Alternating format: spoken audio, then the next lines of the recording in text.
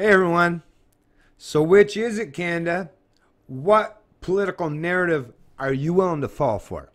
I mean, you've probably heard the kind of schizophrenic reports from the establishment media, the so-called experts, the political pundits, or the opinion makers out there constantly trying to dictate and micromanage. People like Stephen Polas, Canada's central banker, where it's like 1 minute they're trying to say the economy, oh, it's doing great. Hey, we're kicking ass. Look at us. We're global leaders. Yeah. Meanwhile, it's like, yeah, global leaders, all right, but it's all about global leaders in debt. Yeah, we're number one in debt. But it looks like we're growing the economy. But it's all built on debt. It's all built on a house of cards. Like I say, pure schizophrenic. I think some of these people might officially be bipolar. I'm not a psychologist, I can't say that with any amount of certainty, but it seems that if they're not schizophrenic, they must be bipolar in some way, because they're constantly at one side of their mouth saying, hey, the economy's doing great in Canada. Hey, we're leaders, man. Look at how great we're doing. But then on the other side of the mouth, you're hearing all kinds of these negative articles, such as this. Headline out of CBC News, Business. Canadians take more money out of their retirement savings for expenses. Survey.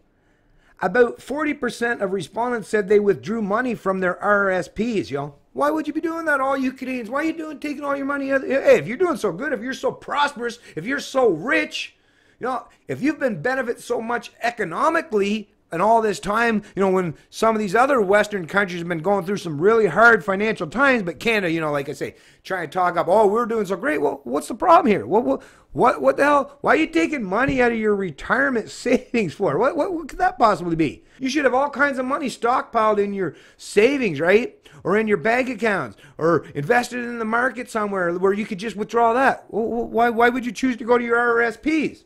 Apparently you're not as rich as you pretend, right? That's the thing. People want to put on this false pretense, but you know what? People like myself, yeah, we know the truth. It's all a bunch of bullshit, folks, and you need to learn to understand and recognize this reality.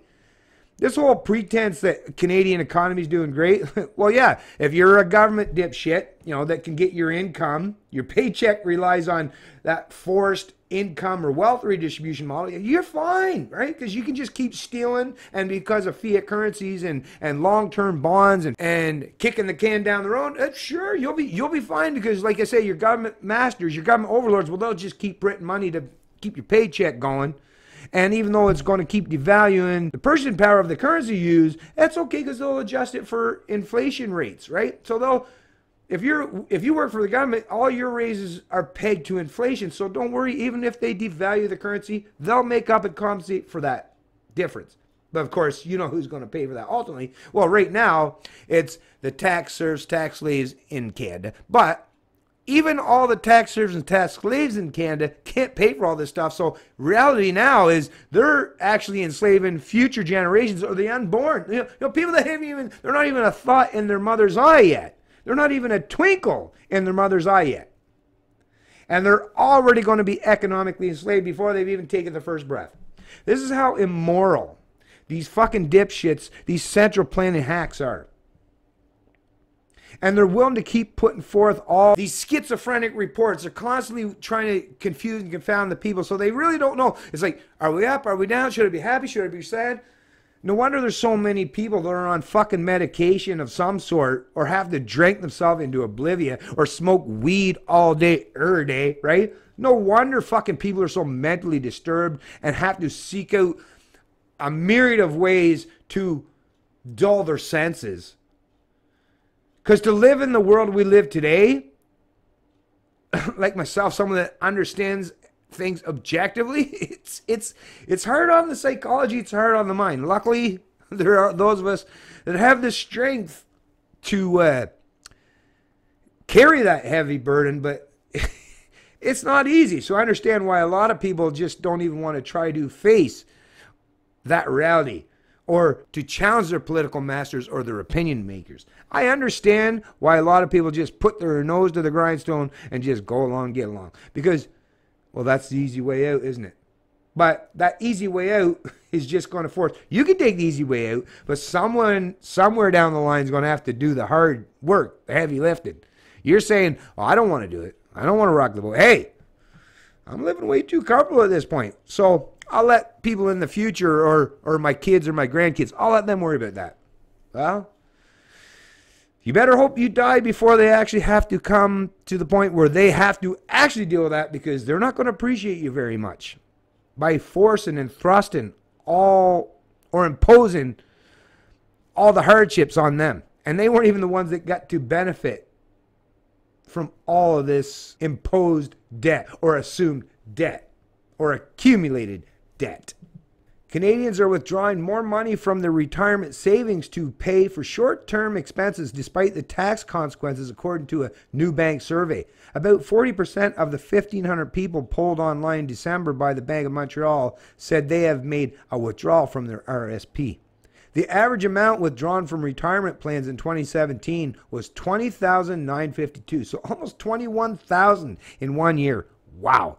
Which is nearly 22% more than the average amount of $17,213 taken out in 2016. But it's still what, like I say, if you're all prosperous, if you all get this savings, if you're all doing so great economically, what the hell are you taking out of your RSPs for, right? Like I say, schizophrenic reports, folks. A lot of these people, they're getting quite old, and apparently they don't seem to know how to understand that 2 + 2 = 4. They're trying to tell you that it's 5 nowadays, and I'm telling you, it's 4, folks. It really is. It's 4. Anyway, moving on. That's just one headline article.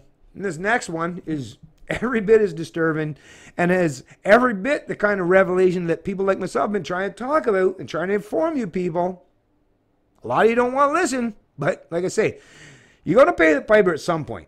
You're not going to escape this train wreck that's barreling down at super high speeds. You're going to get to the point where you run out of track eventually. You can pretend that you're not going to, but sorry, reality check, folks. Headline, this one's out of Financial Post. Canadians can't stop using their homes as piggy banks, with line of credit debt jumping to record $230 billion. So yeah, you know these HELOC loans where people are just now, just like I say, like this is a suggestion, just using their home as credit cards. So what? Once again, more proof that why would Canadians be using their home as a piggy bank? If you got money stashed or saved in your bank account, think about it. Are you going to keep it in the bank account that's giving you basically no return or any interest rate, where the inflation rate is actually higher than any interest rate you'll get from a bank, which means your money, your savings is actually depreciating and devaluing year after year, month after month? Wouldn't you want to use that? Like if you had this stockpile of savings, you would use that. You wouldn't fucking borrow against your home.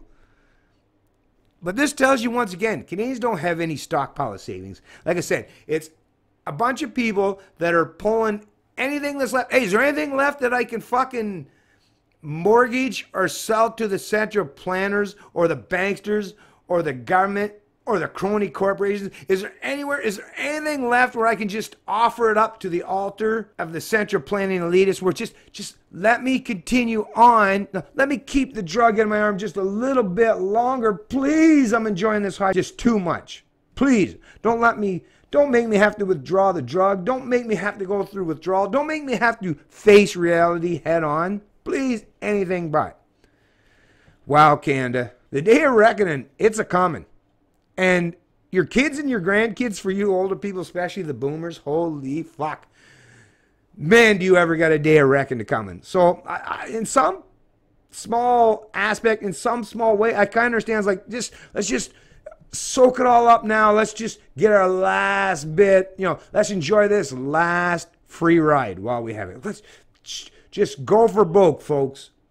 Because they got that Keynesian mentality. In the end, we're all dead anyways, right? They don't care about the future. They sure shit don't care about their offspring or that golden rule where you're passing on your prosperity and actually hoping that your next generation will be even more prosperous than you. No, the boomers generation, predominantly, that cohort, they're all about, no. We're going to enjoy it and be selfish and enjoy it as best we can. And even though we're forcing and imposing all these obligations on the future and successive generations, well, hey, when they finally come to terms and realize that it was us that imposed it on them, I'll be long dead, and they won't be able to do nothing to me then, right? Shit. What a terrible way to think. What a terrible way to live. Canadians are borrowing against their homes at the fastest pace in more than 5 years, raising red flags with policymakers. Canadians are borrowing against their houses at the fastest pace in more than 5 years as home equity lines of credit emerge as a preferred means of accessing funds. HELOC balances jumped 7.2% in December from a year earlier, the fastest annual growth since 2012, reaching a record $230 billion. The Office of the Superintendent of Financial Institutions reported Thursday. All other types of consumer debt, such as personal loans, credit card balances, car loans, and overdrafts, climbed just 3.2% over the same period, less than half the pace of the HELOC growth. But as we all know, all those other debt obligations, look in past articles, right? And you can just search through my past videos. They're all at record levels too. Like Canadians, if you add in Canadian households, the federal and provincial debts combined, most indebted in the world, people. Most indebted in the world. So, I mean, when you talk about federal, provincial, where do you think those debts go on to? Households. It's taxpayers. So whether it's federal or provincial, there's still only one person in each household. You know, you don't have clones, so it's all going to become from the same people. That same pool of people is still going to be forced and obliged to pay all these fucking debts, these loans that they've been assuming or accumulating. Unless, of course, once again, or they're trying to force or impose that obligation onto future generations, which good luck trying to get them to pay it. Anyways, I'm not going to read any more from this article. I'm already 15 minutes in this video. Try to keep my videos fairly short because, like I say, I always post a link to the articles in the description of the video so you can continue on and read for yourself at your own leisure, your own comfort, and learn some of these things. That's what I make these videos for. It's just kind of help you or lead you in the direction of thinking. I don't want to tell you how to think, unlike central planners or politicians or your opinion makers in the media. I don't want to tell you how to think. I just want you to think. At least be a little bit critical, right? At least challenge some of the dominant narratives that you're hearing all the time by those who want to forcefully impose their preferences on you, economically and socially. It's Canadian Libertarian, and I love liberty.